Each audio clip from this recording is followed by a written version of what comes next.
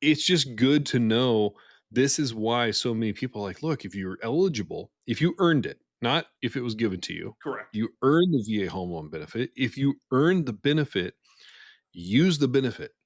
Because let's say everything's just peachy keen and you're like a gold star type of borrower, you've got great loan to value, you even put money, you're not going to get a lower interest rate at a lower cost than you will the VA loan because the risk, and that's in pricing in the secondary market, which I guess we could go into now too.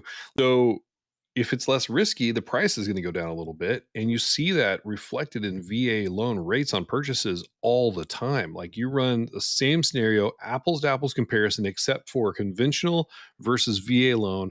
And the VA loan pricing is always coming out a smidge better, often to a quarter to even three-eighths of a point interest rate better. So, and that kind of leads into there are in this in when we talk about misconceptions, there are a lot of times when maybe a veteran is on their second or third home. They've now been able to amass some semblance of wealth where they said, you know what, I can put 20% down on this transaction. I don't need my VA loan. Right. And I always say, well, let's run the numbers. Let's look at it from a numbers perspective. And when typically if you're a veteran, and I can say this, I think most of the originator community would say this. If you're a veteran that has any semblance of a disability rating, so 10% or higher, there is never a scenario that you could say that a conventional loan is better than the VA product.